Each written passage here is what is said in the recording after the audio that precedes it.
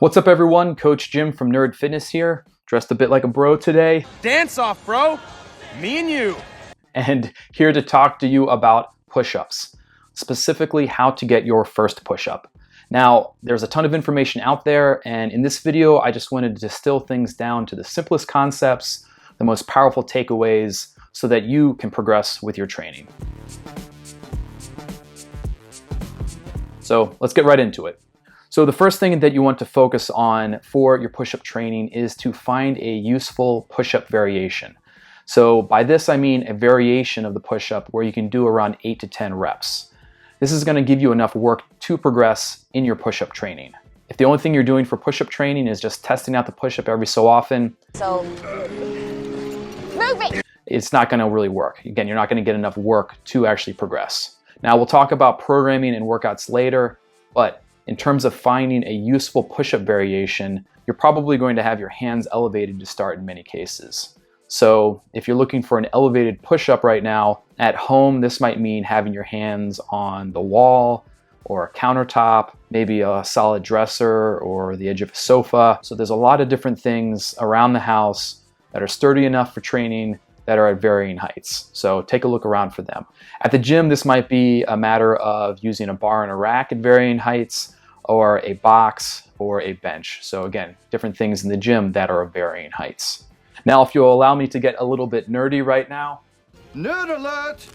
Research data from Zatsiorsky, pardon if I butchered that name, and others shows that when you do a push-up, a regular push-up, you're lifting about 64% of your body weight. If you're doing knee push-ups, that's about 49% of your body weight. If you were doing a push-up, an elevated push-up with your hands on a 3-foot tall surface, so this is like the standard surface, the standard height of a countertop, that is lifting about 20% of your body weight. If you are doing an elevated push-up on a 2-foot surface, that's about 36 to 41% of your body weight. And if you're doing a push-up with your hands elevated on a 1-foot high surface, that's about 54% of your body weight lifted.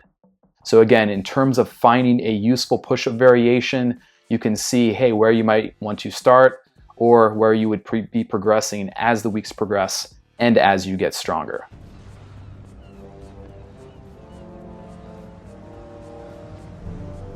Now, of course, those elevated push-ups at the varying heights, you might also be doing an elevated knee push-up if regular knee push-ups are too difficult. So again, play around with those different variations, test things out, and see what you're able to do for 8 to 10 reps. Now, the next thing in terms of getting your first push-up, no matter what variation that you work on, please practice good form. It is going to help you much, much more in the long run to practice good form now rather than get ugly form and break down trying to push things too far. You're ugly, man.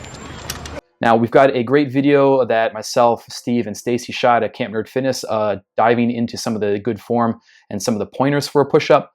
But let's just talk over some common mistakes that I see with people's form in the push-up. The number one is elbows jutting out. So the elbows lift up. It's a way for the shoulders to stabilize, but it's not a very strong position, and it can actually be a little bit detrimental and maybe even injure you in the long run. So if you're looking at someone from above doing a push-up, their elbows should be slightly tucked, looking more like an arrow rather than like a T. The big common mistake that I see is the head jutting forward. With the head jutting forward, like, you know, you're like a chicken at a feed yard. These aren't even birds.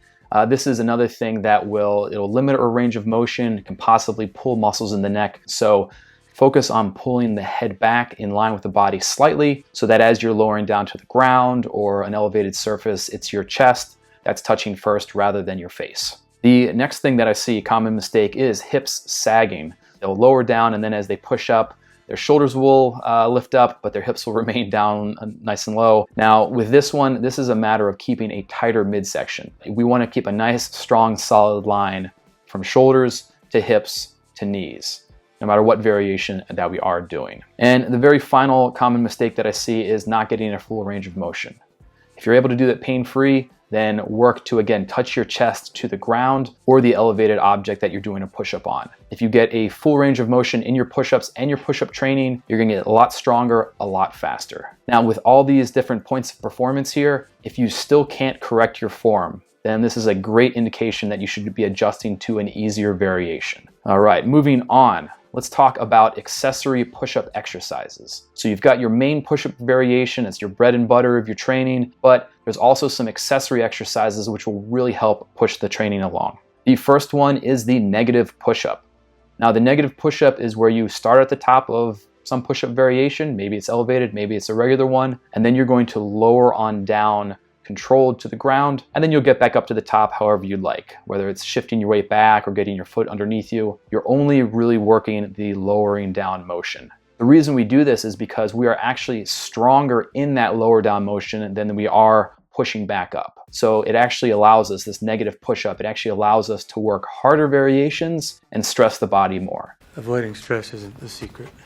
So we'll talk about how that integrates into workouts and programming, but the negative push-up is a great addition to your push-up training. The next exercise I want to talk about is the front plank or the top push-up hold. So the front plank is where you're in a position resting on your forearms, body's nice and strong from shoulders to feet. The top of the push-up hold, exactly like it sounds, where you're holding the top of a push-up nice and strong and stable from the shoulders to the hips to the feet. This is going back to that common form mistake that I talked about of sagging midsection.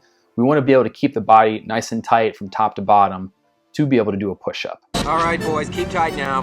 If you aren't able to hold a good solid plank, a good solid top of a push-up for 30 to 60 seconds, then it's going to be really hard to actually do the exercise itself. All right, and lastly, the most important thing with push-up training is consistency. All the exercises, all the tips and tricks in the world will not matter if you don't get the consistent training in. So for that, working push-ups 3 times a week is a pretty solid number to shoot for. Now, with that one, you'd want a day of rest in between. You can start off nice and easy with the workout with some arm circles, maybe an easy plank, and then you're gonna want to pick that main push-up variation that we talked about for about 3 to 4 sets of 8 to 10 reps. Now, that's a great workout to start off with. As things feel good, you can also start to alternate the days of 8 to 10 reps with another push-up variation that you can only maybe do for 5 to 8 reps. So one day would be 8 to 10 reps, next day would be 5 to 8 reps, harder variation.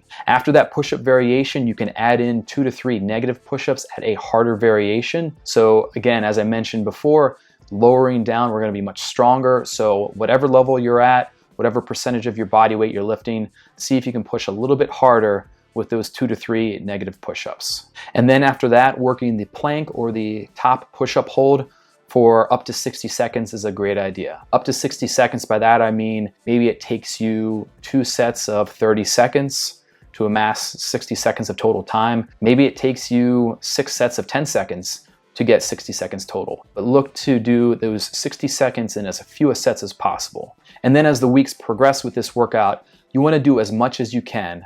And each week, look to push a little bit further. So this might mean another rep. Maybe you did sets of 8 last week. Can you get sets of 9 or 10 this week? Maybe you add another set. You've been doing 3 sets for a while. Hey, you know what? I'm going to add a 4th now. Or of course, you can change your variations. So that push-up variation you started off with, hey, you know, it's feeling pretty easy for 10 reps. Maybe I'm going to lower down a little bit more and then continue with my training. Keep on pushing things like that, and you will eventually get to the ground and you'll eventually get your first push-up. If you like this video, give it a big old thumbs up, subscribe to our channel for more great content, and hit that bell to be notified when we release some new videos. Still not sure what to do? We've got a 6-week push-up challenge in our Nerd Fitness Journey app, which has given a ton of rebels their first push-up all the way up to their 10th plus push-up. And if you need some additional help, check out Nerd Fitness Online Coaching, where coaches like myself guide you through any sort of challenges or obstacles so you can reach your fitness goals. Link again in the description below. If you allow me to get a little bit nerdy right now, in terms of, if you allow me to get a little bit nerdy right now, research data from Zatsiorsky and others Yes, I probably butchered that name.